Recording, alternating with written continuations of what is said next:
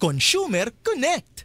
Pag-usapan natin ang crypto bilang investment. Oo. Sige, tawagin mo na, Director Shea, ang ating mga kausap sa palatuntunan. Ang ating makakasama, si Attorney Paulo Ong, ang Assistant Director ng PhilFintech Innovation Office ng Securities and Exchange Commission. Yun o, Attorney, ano ba tawag namin sa iyo? Attorney Pau, Attorney Ong, ano po, meron ba kayong palayaw? Okay lang po ba tawagin kayo sa palayaw ninyo, Attorney? Yes, sir. Joel, good morning po. Good morning din po, Director Cheryl, sa mga listeners po natin. Kahit ano po, Sir Joel, okay lang po sa Attorney Pau, siguro maganda mapag-usapan natin. Meron na palang ganitong parang opisina, no? Sa ilalim po ng Securities and Exchange Commission, etong PhilFintech Innovation Office ng Securities and Exchange Commission. Ano ba ito? Kailan ba nabuo ito? At ano ang dahilan kung bakit ito binuo? Sir, so nabuo po yung opisina namin noong 2021 kasi po si Chairman Aquino po ay very innovative, yun po yung mindset niya. So naisip na po niya na parating na po yung mga ganitong klaseng development sa financial market. Kaya po sinet up po niya yung opisina namin to address po yung ganitong development sa finance. So, yung opisina po namin is yung task na mag-aral at mag-recommend ng policy sa mga emerging financial products and services. Okay, lahat ng nai-introduce na mga cryptocurrency dapat dumaan sa inyo at ang ginagawa ng opisina ninyo, sinusuri ito. Paano ba nasusuri natin kasi since this is relatively new, di ba, Director Shea, bago lang ito eh. Itong cryptocurrency, hindi ko alam kung meron pa tayong matatawag na parang demonstrated ability o kaya history, di ba? Dapat meron tayong ganun eh, yung track record. Pero since ito'y bago, paano nire-regulate ba ng SEC itong cryptocurrency, Attorney Pau? Yes, sir. Tama po kayo, napaka-challenging po nung pag-research or pag-intindi ng mga ganitong products. Una po kasi minsan dinidesign nila yung mga product para hindi mapa-under sa kahit anong regulation. Kaya po kailangan nating maging principle-based, meaning kung ano po yung principles nung naka-establish na nung nakaraan, yun pa rin po yung ginagamit natin dahil iisa lang naman po yung mga objectives natin. For example, for the SEC, isa pong priority ay investor protection. So, as long as yung mga principles po ng investor protection ay nandyan, yan po yung ginagamit natin to regulate the space. Okay. Ito kanina, pinag-usapan namin ni Attorney Shea, no? Sabi ko kay Attorney Shea, parang nagdadalawang isip pa ako eh. No? Halimbawa ako, marami rin siguro kamukha ko na bakit pa ako mag-i-invest dito? Pero mo, ipapalit mo yung tunay na pera para bumili ka ng pera na hindi po nakikita. Na nasa di ba? Nasa cyberspace lang. Ika nga nila. Yung tangibility, di ba? Wala ka nasasalat. So maraming nag-hesitate. Pero sinasabi nila, this is the future of di ba? Money, no? Yung cryptocurrency. Ano ba? Paano ba explain yun, Attorney Pau? Yes, sir. So yung cryptocurrencies po kasi, derived po siya sa isang piece of technology. Ang tawag po dyan ay blockchain technology or isa po siyang distributed ledger technology. Meaning, kasi po yung traditional na pera, ginagawa po natin yan para mag-record ng transaction, ina-accounting po natin yan, di ba? Tapos yung libro po nung accounting, yung pagka-accounting niya, iisa lang po yung may hawak nun. Yung accountant lang po. Sa distributed ledger technology, ang ginagawa po niya, every transaction, nire-record niya po yan sa isang ledger. Tapos yung ledger na po niya yan, i-distribute niya sa napakaraming computer sa buong mundo.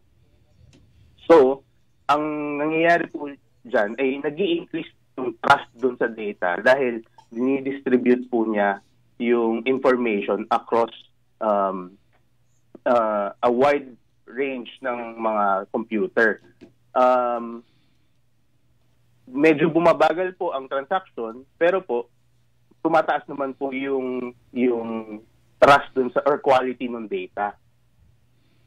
So, different po siya sa normal na pera dahil ang normal na pera po ay ini-issue po yan ng mga gobyerno. Kunyari po, Philippine peso nag-i-issue po siya. Yung cryptocurrency po kasi, mga private po na individual ang nag-i-issue sa kanya. Pero po yun. Meron bang pandaigdigang panuntunan o nagre-regulate o regulator dito sa mga currency na ito since ang cyberspace worldwide Attorney Pao? Yes sir, yun po ang goal po ng mga regulators lahat ay magsama-sama po para i-address yung risk involved sa cryptocurrency. Sa ngayon po kasi walang isang regulator for the whole world na nag-regulate nito. Pero meron pong mga recommendations ang mga international organizations na pwedeng i-adopt ng mga countries. For example po, sa atin, may recommendation po yung Financial Action Task Force or FATF to address the risk of money laundering. That's why si PSP po natin or ang Bangko Sentral ng Pilipinas, in-adopt po niya yung recommendation ng FATF para po meron tayong security measures in place regarding anti-money laundering. So, sa SEC naman po, meron din international organization na titingnan po tayo at ina-adopt din po natin ngayon yung mga principles na nire-recommend nila. Sir, nalala ko, no, di ba, pinasara ninyo ang Binance nitong siguro 7 or 8 months ago. Ang tanong lang namin, parang meron ba talagang mga rehistrado dito sa atin na cryptocurrency exchange or crypto investments at kung ano-ano po ito? Kasi ang madalas namin naririnig yung mga pinasara ng SEC. Yes, ma'am. Thank you, Director Cheryl. Meron pong mga otorisado dito sa Pilipinas. Yung Bangko Sentral ng Pilipinas po, meron po siyang Virtual Asset Service Providers Regulation na issue at meron mga lisensyadong cryptocurrency exchanges na naka-register po doon. So yung sa mga ibang mga platforms po kasi na unregistered na naging subject ng advisories po namin, una-una po kasi wala po siyang primary license, meaning yung corporation po nila hindi naka-register sa Pilipinas. Pag ganun po kasi, hindi po natin kilala kung sino yung mga nasa likod ng platform. So kung may mangyari po man masama, hindi natin alam kung sino hahabulin. That's why po yung SEC ay nag-issue po ng mga ganitong advisory to inform the public na itong mga platform na to ay hindi registered at hindi natin kilala kung sino yung nasa likod niyan. Okay. Itong Binance, anong dahilan kung bakit po ito pinasara? Meron pa akong app nito, Director. Buburahin ko na. Hindi ko alam. Sarado na pala to. Ang alam ko nga parang pinablock na nila yan. Ano ba nangyari dito sa Binance na supposedly ito? wala na yan dapat sa atin. Yes, sir. So, as mentioned po kanina, wala po silang primary license. Ayun. Kaya sila pinasara. Yes, sir. Hindi po natin kilala kung sino yung nasa likod niyan. Kasi po, di ba, Sir Joel, naglalagay po tayo ng pera doon dati. Tapos po, hindi natin kilala kung sino yung pinagbibigyan natin ng pera. Medyo delikado po ata yun. Kaya po, sinasabi pa, pinaparating po natin sa mga kababayan natin na hindi po natin kilala kung sino yan. Dahil hindi po sila nagpa-register sa SEC. Kasi po pag nagre-register po sa SEC, pinalagay po natin yung name, address, contact number ng mga nasa likod po ng kumpanya. Sa case po na itong mga platform na po na ito, hindi po sila nagpa-register. Kaya mahirap po makakuha ng information from them. Okay. Sige. Bakit ang tao dapat o inikahit ba natin sila mag-invest sa cryptocurrency? Kasi alam mo, meron ako mga kakilala, anong araw, nung masimulan itong cryptocurrency, nakabili na sila. Diba? Nakabili silang 1 million pesos worth ng cryptocurrency.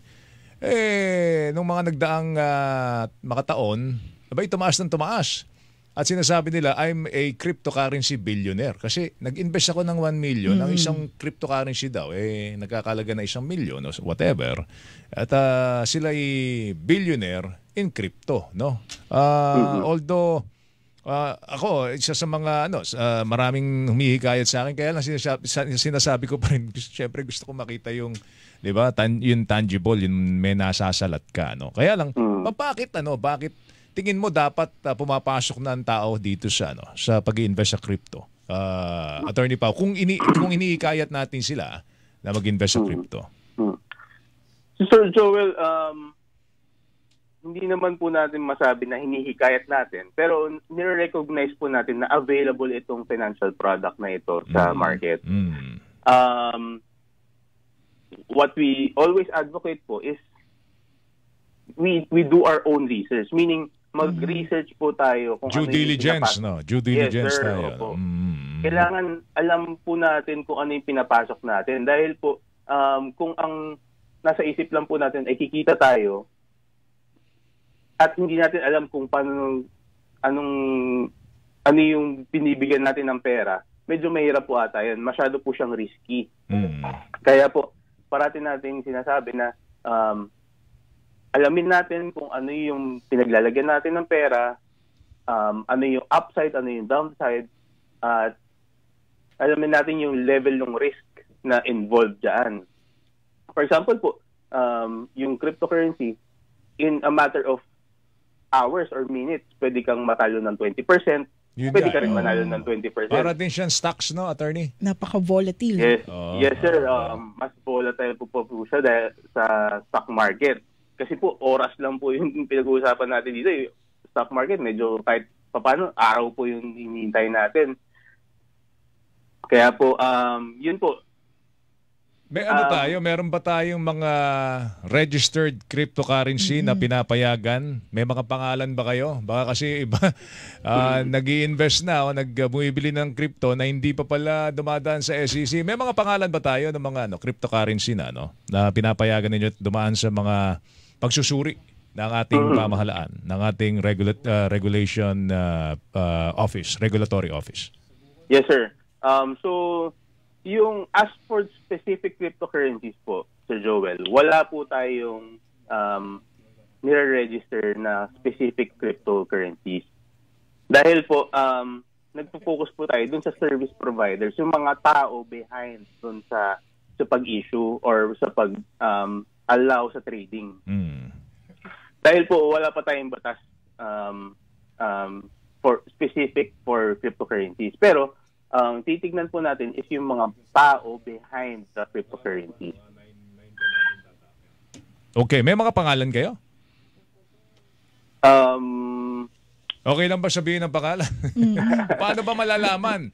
Oy, teka, ito saan legit. Saan mo kailangan pumunta para malaman? Siguro ganun na lang ang sabihin natin para malaman mo na legitimate itong cryptocurrency na iniaalok sa iyo. Yes, sir. So, sa BSP po, under Regulation 1108, or Circular 1108, meron pong facility para po mag-register ang mga cryptocurrency exchanges. Okay. At sa website po nila, makikita nyo po, merong, I think ngayon po, around 14 na cryptocurrency exchanges na registered po ngayon sa BSP. At soon po, sa SEC, magkakaroon din po kami ng sarili po naming list. Kasi si BSP po, ang titignan po niya ay payment side. Sa SEC naman po is yung investment aspect ng cryptocurrency. Okay. Director She? Siguro sir, parang sa mga bagito na katulad ko, kasi ako parang tinitignan ko din, parang ang risky nga kasi, parang wala ka namang proof na ito na talaga yung na-invest mo at may inaasahan ka in the future, no? So ano po ba yung mga siguro unang dapat naming tandaan? Saan ba kami dapat mag-research? Ano ba ang una naming titignan kung nag-iisip kaming mag-invest dito sa crypto? Yes, thank you po, Director Cheryl. Insofar as investing po kasi, we always advocate po yung una po ay long-term perspective. Meaning po, wag po natin i-expect na lalago kagad yung investment natin in just a matter of days or weeks. That po, ang goal po natin is to create wealth, kunyari po pagka-retirement natin, or to create wealth para makabili ng bahay. Medyo long-term po yung perspective. Kasi po, yung mga short-term investments, usually po yan, kung hindi mababa ang return, malaki naman po yung risk. Kaya po, we always advocate for a long-term perspective in investing. Next po is diversification. Meaning, wag po natin lahat ilagay sa isang produkto lamang. Try po tayo maghanap ng mga investments na iba-iba po yung risk level. For example, meron po tayong lupa, meron po tayong stocks, meron po tayong bonds, at meron tayong cryptocurrency. Para po, yung risk level po niya ay magka-cancel out at magiging parang nasa gitna lang po siya. Dahil po pagka medyo concentrated po tayo sa isang financial product, medyo mataas po yung risk natin doon. At ibabalance naman po natin siya dun sa return na pwede natin makuha. At last po, para as mentioned po kanina, we should do our own research. Dapat po alam natin kung saan natin ilalagay yung pera natin. Huwag natin pabayaan yung ibang tao magsabi na, oy, okay dito, lagay mo na dito kagad. Nang hindi mo man lang alam or hindi mo man lang binasa kung ano yung paglalagay mo ng pera. Siguro ang golden rule dito, Attorney Pao, siguro mag-invest ka ng halagang you can afford to lose. No? Ayan, sir. Diba? No? You can afford to lose. Kasi kung ibubuhos mo lahat, yung kayamanan mo dyan at bigla na lang nalugi yan, di ba, napakasakit naman nun. Pero siguro ang pinaka magandang malaman, ano ba yan? Meron ba mga merchants ngayon na tumatanggap ng crypto? Yes, sir. Ayon po dun sa BSP Circular na 1108, nire-recognize po ng Bangko Sentral yung cryptocurrency or virtual assets as a means of payment. Kasi po ang Bangko Sentral po natin kasi ang regulator po ng payment activities. Kaya po sila na po rin po nagsabi dun sa circular nila na nire-recognize natin yan at pwede yan gamitin na pangbayad. Ang problema na lang po or ang challenge na lang po is may merchant ba na tatanggap ng cryptocurrency natin? Kasi hindi po siya legal tender. Meaning yung legal tender po kasi hindi po pwedeng i-refuse ni merchant na tanggapin yan kasi ito po yung official na pambayad sa bansa natin. Yung cryptocurrency po nire-recognize as a valid means of payment pero hindi po siya legal tender. So kailangan po ng tanggapin siya ng merchant. Okay. Director She, may tanong dito sa ating telepono. Ito sir, kung nag-discuss po kayo ng high-risk investment, discuss din po ang low to medium risk para sa mga conservative na investors. Yes, ma'am. Director Cheryl, thank you po. So ang mga low-risk investment po ay, again, yung long-term po na or medyo mababa po yung fluctuation niya pero through time pataas po ng pataas yung value. For example po, lupa. Bibili po tayo ngayon ng worth 1 million. After 10 years, sigurado po napakalaki na nung value na yan. Next po is yung bonds. Meron pong mga commercial bonds, meaning yung mga bonds na issued ng mga kumpanya, at meron din pong mga government bonds na ang Pilipinas mismo or yung Bureau of Treasury mismo ang nag-i-issue. So yan po yung mga low risk or yung mga government issue bonds nga po, ang tawag po dyan, risk-free rates or risk-free investments. Dahil po, ang nagagaranti po niyan ay Pilipinas. So, lalo na government bonds, no? Yan ang pinakamainam na pasukan ng pera. No? Tsaka meron na ngayon parang retail lang. May retail lang, retail treasury bonds. No? Pero ano yung mga dokumento na dapat meron ng isang lehitimong kumpanya na nag-offer ng crypto investment para alam natin na legitimate yun na Attorney Pao? Yes po, Sir Joel. Unang-una po dapat rehistrado sila sa SEC as a corporation. So, yung certificate of incorporation po dapat tinitingnan po natin yan kung meron sila. At pwede nyo rin po i-check sa website ng SEC kung legitimate po ba yung isang korporasyon. Pangalawa po, kailangan po nila ng secondary license or yung authority galing sa Bangko Sentral ng Pilipinas as a virtual asset service provider or VASP. So sa ngayon po merong mga 14 na VASP licensees na nire-regulate po ng BSP. Kaya po yun po yung mga kailangan nilang dokumento na tignan. Okay. May mga tanong dito. Ang cryptocurrency daw ay napaka-vulnerable sa mga insider trading ng mismong mga nagko-control daw ng programa, ng computer program, app, pati yung website. Anong initial reaction ninyo dito, Attorney Pao? Totoo po yan, Sir Joel. Yan po yung isa sa mga risk na involved sa cryptocurrency. Kasi, Sir Joel, Director Cheryl, yung cryptocurrency po, wala po siyang returns or parang dividends. So, yung presyo po niya ay umaasa sa supply and demand sa market. So, since umaasa po sa supply and demand sa market yung presyo ng cryptocurrency, meron po siyang pwedeng manipulahin na maglalagay ng madaming order yung yung may-ari ng crypto or yung may-ari ng computer program, madaming order para kunyari sobrang taas nung presyo ng cryptocurrency niya. Tapos bibili yung mga tao, akala nila pataas. Tapos pag nakabili na lahat, biglang babagsak. Dahil ipo-pull out na ngayon nung may-ari ng computer program yung pera niya. Ang tawag po natin doon is rug pull. So parang tinanggal natin yung basahan sa ilalim ng table at para matumba. Ganyan po. Doon sa 14, Attorney Pao, na registered cryptocurrency na pinapayagan ng Bangko Sentral ng Pilipinas at ng SEC. Meron na bang ginawang ganyan? Parang feeling nyo, red flag to doon sa 14 na yan. Fortunately po, sir, wala pa naman po tayo nakikitang market manipulation, pero we are closely monitoring everything po. Oo, kasi yan di ba? Usually, pagka nagpasok ka ng pera, merong pagkakataon, gusto ko na i-pull out. Madali ba siyang i-pull out, Attorney Pao? Halimbawa, gusto kong kunin na yung pera ko. Ayoko na ng crypto na yan. Bibili akong lupa. Bibili na lang ako ng lupa. Lumaki na, kumita na. Madali bang makuha, Attorney Pao?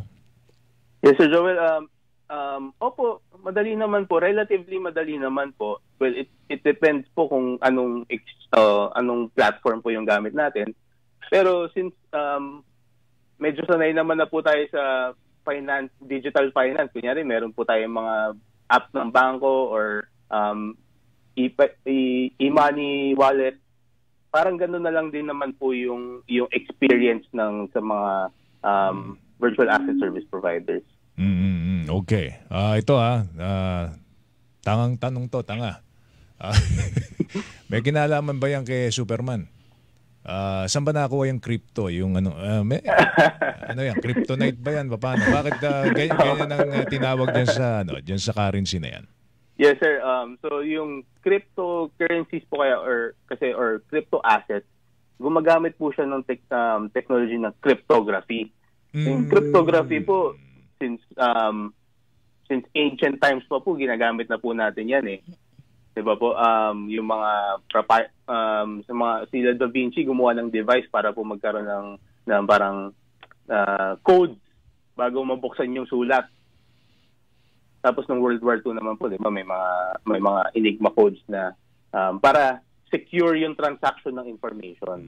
Yet ngayon po sa cryptocurrency, ginamit po nila yung pagka-secure ng transmission ng information sa pera or sa investment product, sa financial product. Kaya po, cryptocurrency po yung tawag. Alright. Siguro marami pa tayong pagkakataon na mas malawak na kasi ngayon medyo pa rin ako lito pa rin Director She, no? Masyadong komplikado. It's complicated. Tsaka mahiwaga masyado itong crypto. Itong cryptocurrency.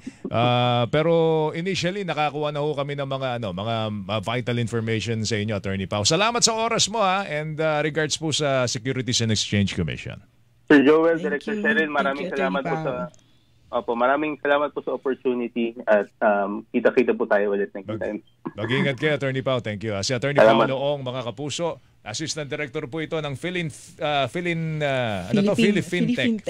Tech, no? Philippine Tech Innovation Office, Securities and Exchange Commission, mga kapuso. Siyempre, okay pa rin yun. Walang pinoprotektahan.